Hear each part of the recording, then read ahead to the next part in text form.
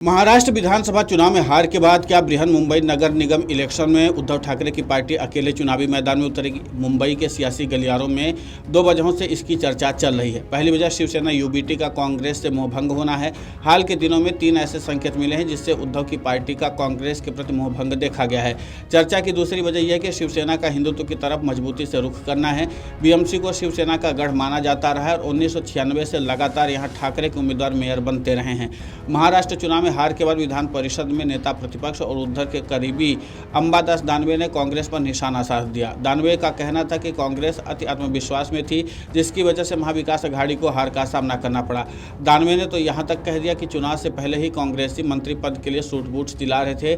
इसके ठीक एक दिन बाद झारखंड में नई सरकार का शपथ ग्रहण समारोह था, जहां झारखंड मुक्ति मोर्चा और कांग्रेस ने संयुक्त रूप से जीत हासिल की है। नई सरकार के शपथ ग्रहण समारोह में उद्धव ठाकरे को भी न्योता भेजा गया था। इस समारोह में अखिलेश यादव, ममता बनर्जी और राहुल गांधी समेत कई विपक्ष के नेता आए। रांची में उद्धव की गैर मौजूदगी चर्चा में रही। उद्धव ने यहां अपनी पार्टी की तरफ से किसी को भेजा भी नहीं। वहीं अब उद्धव ठाकरे की पार्टी ने जिस तरीके से इंडिया गठबंधन ने नेता पद के लिए ममता की दावेदारी का समर्थन किया, उससे भी सियासी गलियारों में चर्चा तेज हो गई है।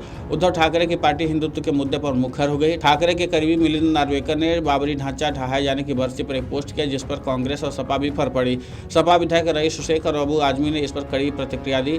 आजमी ने तो सपा को महाराष्ट्र में इंडिया गठबंधन से बाहर निकालने का भी ऐलान कर दिया। दूसरी तरफ शिवसेना उद्धव गुट हिंदुत्व के मुद्दे पर खुद को फ्रंट फुट पर लाना चाहती है। विधान परिषद सदस्य मिलिंद नार्वेकर उद्धव ठाकरे के निजी सहयोगी हैं। ऐसे में नार्वेकर के पोस्ट की चर्चा जोर शोर से हो रही है। विधानसभा चुनाव से पहले कांग्रेस और उद्धव ठाकरे की पार्टी में खटपट देखने को मिली थी। दोनों के बीच सीट बंटवारे को लेकर आखिरी वक्त तक पेंच फंसा था। इसके बाद दोनों पार्टियों ने कई सीटों पर एक साथ उम्मीदवार उतारने का फैसला किया था। इतना ही नहीं, दोनों के बीच मतदान के दिन तक कई सीटों पर टसन देखने को मिला। सोलापुर दक्षिण सीट पर कांग्रेस के कद्दावर नेता सुशील कुमार शिंदे ने मतदान के दिन उद्धव ठाकरे के कैंडिडेट के बदले निर्दलीय उम्मीदवार को समर्थन देने की घोषणा कर दी। इस वजह से उद्धव के उम्मीदवार सोलापुर दक्षिण सीट पर काफी पीछे चले गए। बीएमसी को शिवसेना का गढ़ माना जाता है। महाराष्ट्र में सरकार किसी की भी रही हो, लेकिन बीएमसी की सत्ता में शिवसेना ही रही है। 1995 में शिवसेना बीजेपी के साथ मिलकर महाराष्ट्र की सत्ता में आई। 1996 में बीएमसी के चुनाव हुए और जहां पर शिवसेना ने जीत हासिल की, तब से लेकर अब तक 12 मेयर मुंबई नगर पालिका में बने हैं। दिलचस्प बात है कि सभी शिवसेना के ही रहे हैं। विधानसभा चुनाव में जीत के बाद एकनाथ शिंदे अपनी शिवसेना असली शिवसेना बता रहे हैं। बीएमसी जीतने में भी अगर शिंदे सेना कामयाब हो जाती है तो उद्धव के लिए संगठन बचाना भी मुश्किल हो जाएगा। आपको बता दें कि शिवसेना यूबीटी के नेता मिलिंद नार्वेकर ने बाबरी मस्जिद ढहाए जाने को लेकर सोशल मीडिया हैंडल एक्स पर एक पोस्ट किया और विज्ञापन जारी करके बाबरी मस्जिद ढहाए जाने पर बधाई दी। इसके बाद से सपा ने महाविकास अघाड़ी से बाहर निकलने का ऐलान कर दिया। आदित्य ठाकरे ने कहा कि सपा के बारे में बात नहीं करना चाहता हूं। प्रदेश में सपा के नेता बीजेपी की बी टीम के रूप में काम कर रहे हैं। साथ ही उन्होंने कहा कि अखिलेश यादव अपनी लड़ाई लड़ रहे हैं, लेकिन यहाँ उनके कुछ नेता बीजेपी की मदद करें, उनकी बी टीम के रूप में काम करते हैं और इन चुनाव में हम इसे देखते हैं। मैं इसके बारे में ज़्यादा कुछ नहीं कहना चाहता हूँ।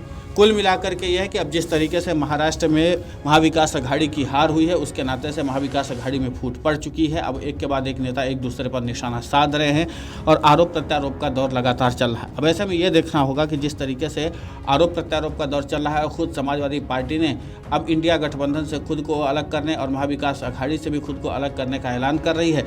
जिसका मतलब साफ है, महाराष्ट्र में विपक्ष के अंदर फूट पड़ चुकी है। और ऐसे में आगे बीएमसी का चुनाव है। बीएमसी के चुनाव में आखिर फिर बाजी कौन मारेगा? ऐसे में इस बार पर भी सवाल उठ रहे हैं कि क्या इस बार फिर से शिंदे की जो शिवसेना है वो बाजी मार सकती है, क्योंकि अब विधानसभा चुनाव के बाद शिंदे इस बात का संदेश देने के लिए सफल हो गए हैं कि उनकी ही शिवसेना असली शिवसेना है, क्योंकि इस बार जनता ने उनकी ही सेना को सबसे ज़्यादा वोट दिया है। और इसी के नाते से एकनाथ शिंदे भी बताने के कबार में जुड़ चुके हैं कि महाराष्ट्र की जनता ने उद्धव की बजाय अब एकनाथ शिंदे वाली शिवसेना को असली मान लिया और इसके नाते से जनता ने अपना मैंडेट सीधे सीधे अब एकनाथ शिंदे को दिया है। अब ये देखना होगा कि आगे इसमें कितनी सफलता मिलती है। Video desk amarujala.com। अगर आप ये वीडियो YouTube पर देख रहे हैं तो हमारे चैनल को सब्सक्राइब कर बेल आइकन दबाएं और Facebook पर देख रहे हैं तो हमारे पेज को लाइक करें। 8 मिलियन प्लस सब्सक्राइबर, आपके इस भरोसे के लिए बहुत धन्यवाद।